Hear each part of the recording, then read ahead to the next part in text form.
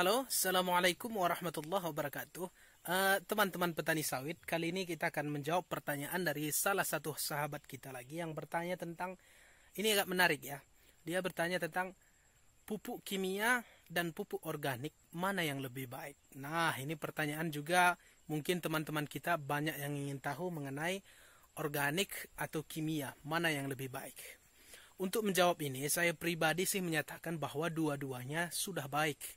Akan tetapi masing-masing dari kedua jenis pupuk ini memiliki kelebihan dan kekurangan. Kita kaji dulu dari pupuk kimia.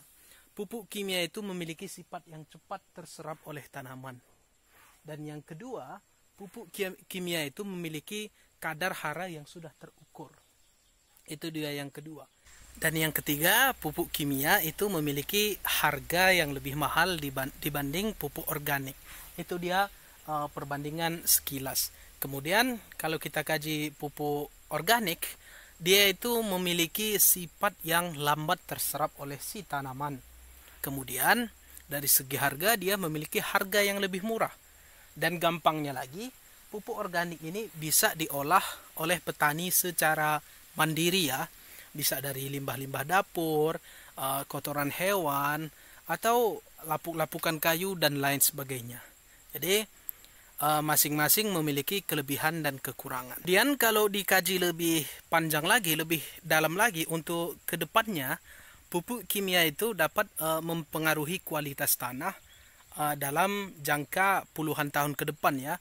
Apabila selalu memakai pupuk kimia, maka dalam rentang puluhan tahun ke depan akan menurunkan kualitas kesuburan tanah tersebut.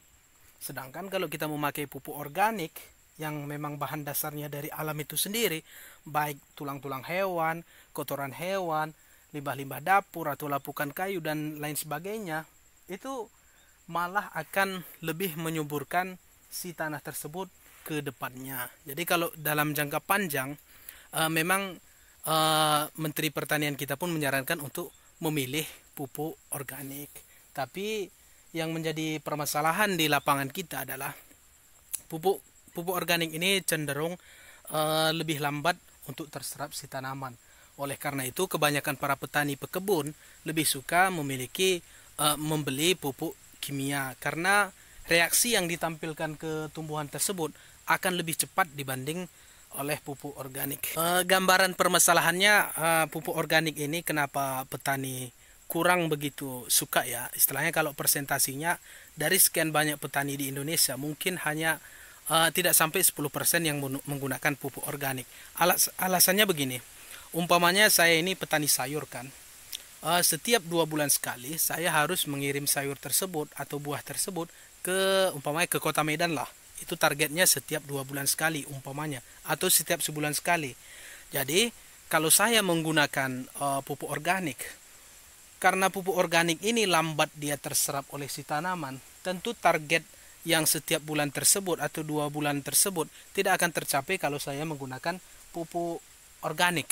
Jadi oleh karena itu rata-rata petani itu lebih suka menggunakan pupuk kimia karena reaksi terserapnya itu akan lebih cepat nampak ketimbang pupuk organik, dan apabila kita memiliki target pun akan lebih mudah tercapai jika menggunakan pupuk kimia.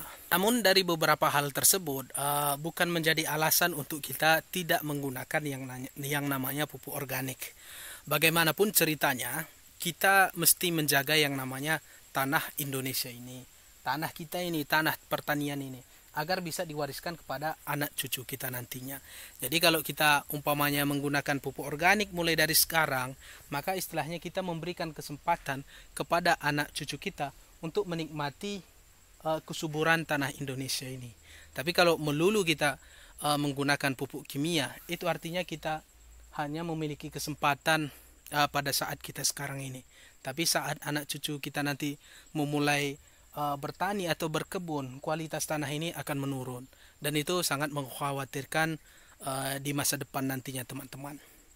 Artinya kita tidak anti yang namanya pupuk kimia, namun kita harapkan penggunaan pupuk kimia ini bisa lebih bijak atau lebih berimbang dengan pupuk organik. Itu dia pemaparan singkat mengenai pupuk organik dan kimia. Semoga kiranya dapat menambah wawasan teman-teman sekalian. Terima kasih. Wassalamualaikum warahmatullahi wabarakatuh.